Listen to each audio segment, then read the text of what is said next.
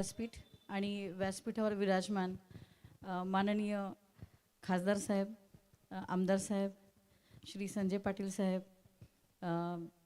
तसेच आपले माननीय अधीक्षक उत्पादन शुल्क साहेब, संजय यादवरावजी, तसेच निमेश साबे साहेब, आपले सरपंच, तसेच हरीश बारी, अशोक राऊत आणि प्रदीप पाटील यांना सगळ्यांना आणि तसेच इथे उपस्थित सर्वांना माझा नमस्कार.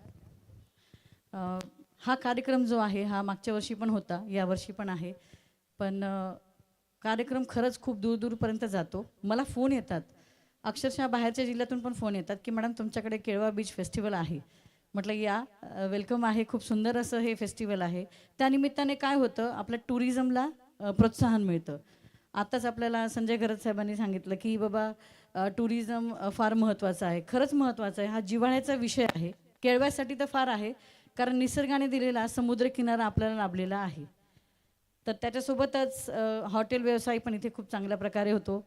कधी कधी ऑफ सीझन चालतो, पण शनिवार रविवारी वीकेंड जेव्हा येतात, लॉंग वीकेंड जसं आता सध्या आलेलं आहे, खूप चांगला असा व्यवसाय चालतो. आणि मी तशा सर्वांच्या मीटिंग्स घेतच असते दर महिन्याला. खूप चांगल्या प्रकारे आणि शिस्तप्रिय पद्धतीने ते त्यांचा व्यवसाय करतात. कधी कधी होतं प्लस मायनस, पण ठीक आहे. खूप चांगलं असं हे केळवा गाव आहे आणि या गावात भरपूर असे खूप चांगले असे नागरिक वाखाणण्याजोगे नेहमी मदतीला तत्पर असे असतात.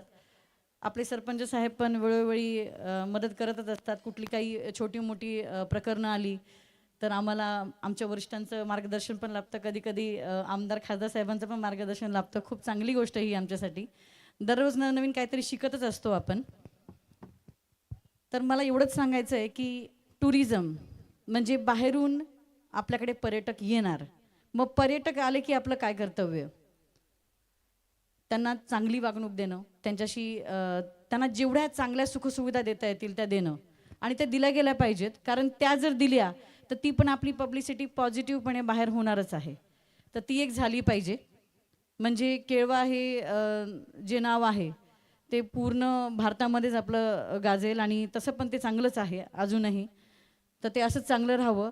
आणि या निमित्ताने आपल्याकडच्या ज्या लोककला आहेत किंवा जे एक्झिबिशन तुम्ही जे आता स्टॉल बघतायत, त्यानिमित्ताने पण सर्व काही कळतं की पालघरमध्ये काय आहे. वारली पेंटिंग असेल किंवा आपले एक्झिबिशनमध्ये काही वेगळं साहित्य असेल, काही खाद्यपदार्थाचे स्टॉल असतील, काही स्पेशल स्टॉल्स पण इथे आहेत माझ्या माहितीप्रमाणे. तर ते पण आपल्याला एक चांगली जाणीव मिळते आणि बघायलाही मिळतं. तसा हा जो महोत्सव आहे हा खूप हिरिरीने केला जातो. कारण मी दरवर्षी बघते मंडप अगदी 8 दिवसाच्या आधीपासून तयारी चाललेली असते. खूप आनंदाने करतात. हॉटेल असोसिएशन आपले जे आहेत अध्यक्ष आणि जे सदस्य आहेत, जे खाली पण बसलेले आहेत बऱ्यापैकी, ते पण खूप अशी मेहनत घेतात. तर साहेब हे जे महोत्सव आहे हे यांच्या सगळ्यांच्या म्हणजे सहकार्यातून हे होतं. म्हणजे याच्यासाठी वेगळी अशी कुठली देणगी येत नाही. तर तो त्यांचा उत्साह असतो आणि एक आपल्या केळव्याचं नाव व्हावं आणि त्यानिमित्ताने सगळी पब्लिसिटी व्हावी असा त्यांचा हा खूप चांगला असा अट्टहास असतो. तर तो असाच राहावा आणि सर्वांनी कायद्याचं पण पालन करावं. त्यासोबतच एवढीच मी इच्छा व्यक्त करते. तसेच कायदा म्हटलं की मग ते बोलल्याशिवाय राहत नाही. पालघर कनेक्ट आमचा जो पालघर पोलिसांची वेबसाईट आहे, तर कृपया त्यांनी सर्वांनी ती ओपन करून बघा. त्याच्यामध्ये भाडेकरू कुठे जर आता विविध आपल्याकडे भाडेकरू राहायला येतात लांबून, तर ते पण आपले आले पाहिजेत. त्याच्यामध्ये आपण माहिती दिली पाहिजे, पोलिसांना माहिती दिली पाहिजे. कधी काही पुढे काही प्रश्न उद्भवला तर ते मग आम्हाला बरं असतं की त्यांचं आधार कार्ड आणि पॅन कार्ड ते व्हेरीफाय केलेलं असतं आणि त्यांच्यावर कुठला गुन्हा नाही हे पण आम्हाला समजतं. ते फार महत्त्वाचं आहे. त्याच्यानंतर त्याच्यामध्ये व्हॉट्सअप आपण डायरेक्ट कनेक्ट करण्यासाठी केलेलं आहे. म्हणजे तुम्ही डायरेक्ट व्हॉट्सअपद्वारे पण पालघर पोलिसांशी कनेक्ट होऊ शकता. 112 नंबर आहे. तसेच AI तुम्हाला सगळ्यांना माहिती असेल, AI चॅटबॉट पण आहे. तर तो तुम्ही बघा. खूप काही अशी चांगली माहिती त्याच्यावर उपलब्ध आहे. तुम्ही ऑनलाईन पण कुठल्या तक्रारी असेल त्या पण देऊ शकता, अर्ज करू शकता.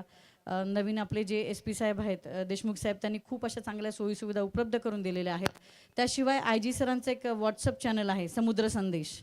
मला माहिती आहे बऱ्यापैकी फॉलो केलं असेल, कारण मी समुद्रकिनारी जी आपल्याकडे साहेब 7 गावं आहेत, मी प्रत्येक गावात जाते आणि हे सांगते. लोकांना कंटाळ येत असेल, पण ते जरुरी आहे.